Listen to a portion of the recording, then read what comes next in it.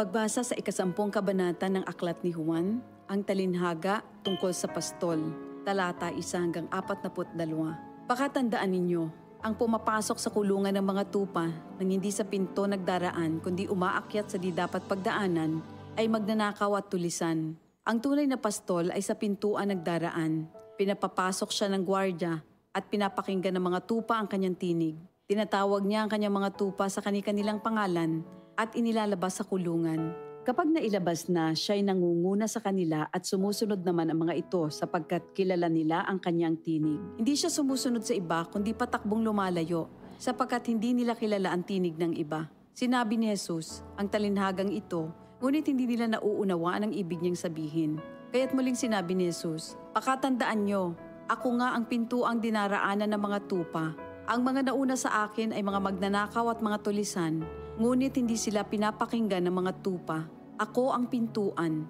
Ang sinumang pumapasok sa pamamagitan ko ay maliligtas. Papasok siya't lalabas at makakatagpo ng pastulan. Dumarating ang magnanakaw para lamang magnakaw, pumatay at manira. Naparito ako upang ang mga tupa ay magkaroon ng buhay, ng isang buhay na masagana at ganap. Ako ang mabuting pastol.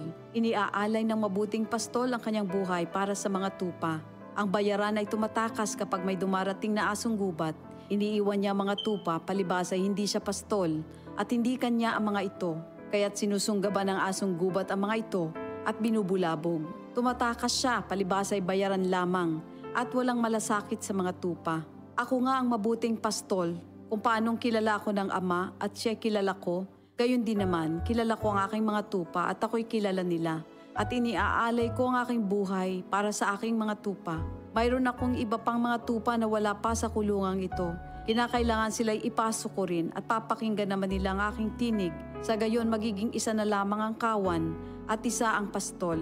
Dahil dito'y minamahal ako ng Ama sapagkat iniaalay ko ang aking buhay upang ito'y kunin kong muli. Walang makakakuha ng aking buhay kusa ko itong ibinibigay. Mayroon akong kapangyarihang ibigay ito at kuning muli. Ito ang utos na tinanggap ko sa aking Ama. Dahil sa mga pananalitang ito, hindi na naman nagkaisa ng palagay ang mga Hudyo.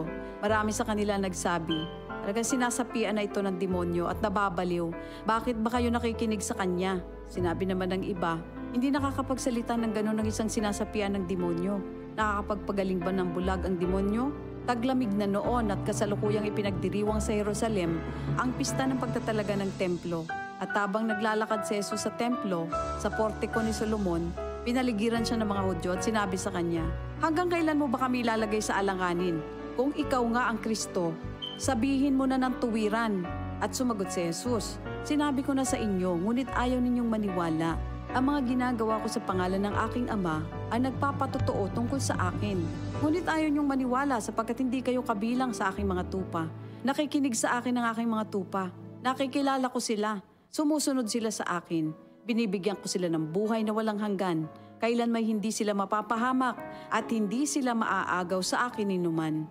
Ang aking Ama na siyang nagbigay sa kanila, sa akin, ay lalong dakila sa lahat at hindi sila maaagaw ninuman sa aking Ama. Ako at ang Ama ay iisa. Ang mga pinuno ng mga Hudyo muling dumampot ng bato upang batuhin siya. Kaya't sinabi sa kanila ni Jesus, marami akong mabubuting gawang ipinakita sa inyo mula sa Ama.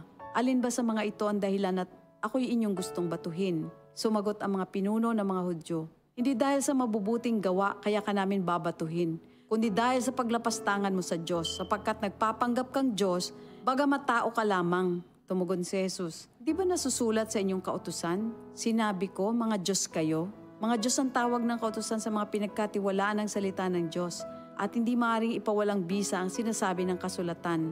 Ako'y pinili at isinugo ng Ama. Paano ninyo ngayon masasabing nilalapastangan ko ang Diyos? Dahil sa sinasabi kong ako ang anak ng Diyos? Kung hindi ko ginagawa ang mga pinapagawa ng aking Ama, huwag niyo akong paniwalaan. Ngunit kung ang ginagawa ko ay ang mga ito, paniwalaan ninyo ang aking mga gawa kung ayaw ninyong maniwala sa akin. Sa gayon matitiyak ninyong nasa akin ang Ama at ako'y nasa Kanya. Kaya tinangka naman nilang dakwin si Jesus, ngunit siya'y nakaalis. Muling pumunta si Jesus sa ibayo ng Jordan sa pook na dating pinagbautismohan ni Juan.